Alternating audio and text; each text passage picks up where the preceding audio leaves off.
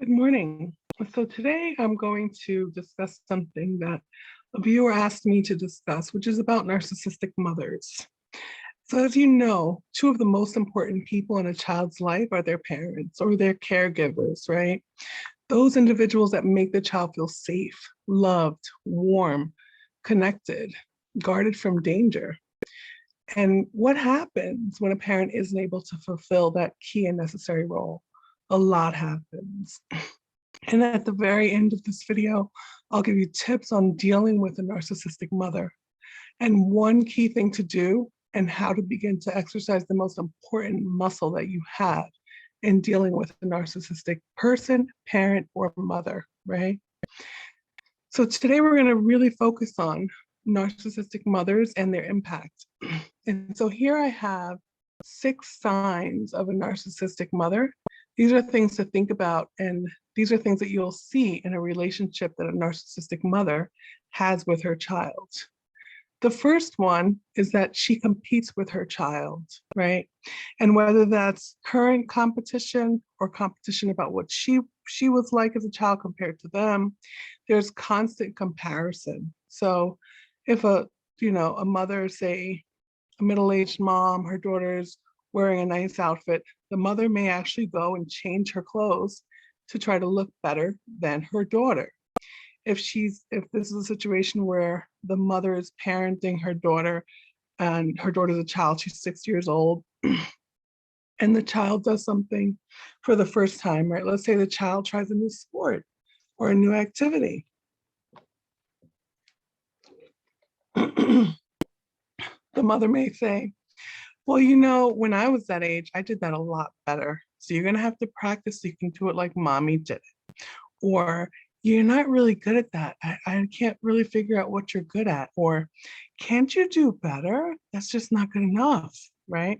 So it's a lot of competition, whether she's competing actively now with her child or whether she's competing with her child and comparing them to what she was like at that age. You'll see a lot of that.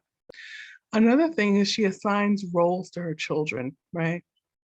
Generally, you will see the golden child, and then you'll see other roles in the family. But I'll honestly say, like, most of those roles are what I would call, like, in her mind, the throwaway children, right? And the golden child is the one that is smartest, best, good, kind, the one where she gets the most gratification of showing the world, look, this is my child, this is my creation, right? They're either particularly attractive or particularly, if she's really superficially focused, particularly thin or muscular, or depending on, again, her focus, they may have the best grades, or they may just, drop everything at a moment's notice and do exactly what she says at all times. And the rest of the children, again, there's significantly less interest in. There's the one child that stands out that matters most to her, and the rest are, again, what I would consider in her mind throwaway children, right? And you'll see it in how it's played out within the family. Now I want you to know also that golden child can change. If that golden child's behavior changes and that child's not meeting her standards anymore for whatever reason, then she may decide that that other child who's been trying so hard now gets to be the golden child, okay? So again, roles are assigned, and it's very clear and obvious to the people within the family who has what role. Another thing that you'll see is that love is very conditional, right? There's no such thing as unconditional love from a narcissistic mother.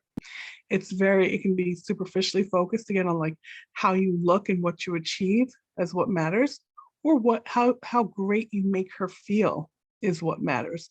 If you're not achieving, looking a certain way, doing the things that she would, admire and feel like she can brag about you and say, look at my creation, then you may not feel love from her at all, right?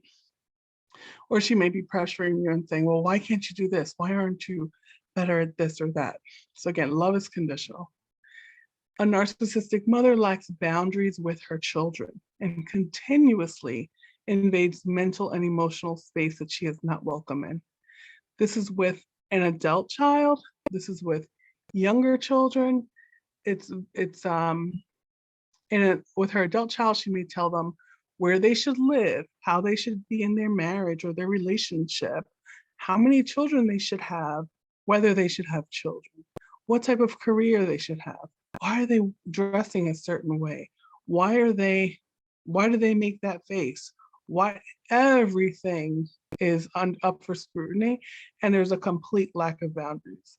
Like a normal mother may want you to, dress better, take good care of yourself, go to school, do the things that are going to help you get a great job, be kind, things like that. But a narcissistic mother, there's much higher stakes, and she's much more demanding and intrusive. There's no sense that you have any autonomy and that you're an individual outside of your relationship with her. That's how you can kind of tell the difference. So in families where there is a narcissistic mom, one of the things is that most big days are ruined, right? Holidays, birthdays, graduations, events, whatever it is, she'll find a way to sabotage it. Whether it's just, that she's not happy and this is just not good enough for her, or this isn't, what she wanted, or she'll do some other form of sabotage, like gaslight you before, during, after the event. I'm sorry, and for those of you who don't know, gaslighting is tricking you or trying to trick you and tell you what you saw, felt, think is not reality, right? So they're trying to tell you, this is reality, you're way off, right? Like, I never asked for this. What are you talking about? It can be an outright lie, or it can be a bit more of an emotionally manipulative lie. So almost all big days are somehow ruined or just inadequate with a narcissistic mother. Now, if you haven't realized that she's a narcissist and you haven't started taking care of yourself as an adult, or if you're a child or a teen or a younger person who hasn't realized that something's wrong and that you're never going to be able to please this person, another sign that you have a narcissistic mother is that you may be trying very hard to please her. You'll do whatever she asks, or you'll try to do whatever she asks. You'll, try to get her the biggest gift and celebrate her continuously. And it may and likely will never be enough. So on my ending note, as promised, this is like the super muscle, super technique that I want you to learn if you're dealing with narcissists in your life, right? And what I want you to learn not only is to have boundaries and to take care of yourself and to think of yourself as a person who deserves to be loved and cared for. Learn to prioritize how you feel. Ask yourself, how do I feel? What's going on for me? And let that be your guide in how you respond to things, dealing with her and with everyone else and everything else in the world, right? Prioritize your feelings. And that doesn't mean, obviously, like, don't go to work or quit a job or career just because you're in a mood, but really think deeply about what matters to you and the best ways to take care of yourself in the long run, right? So that key to dealing with a narcissist, whether it's mom, dad, sibling, boss, friend, which you can change your friends, right? And you can often change your boss. You can change your relationship with your parents, but it's to go gray rock. And if you haven't heard about gray rock, going gray rock is a technique where you do not give that emotional response that narcissist wants.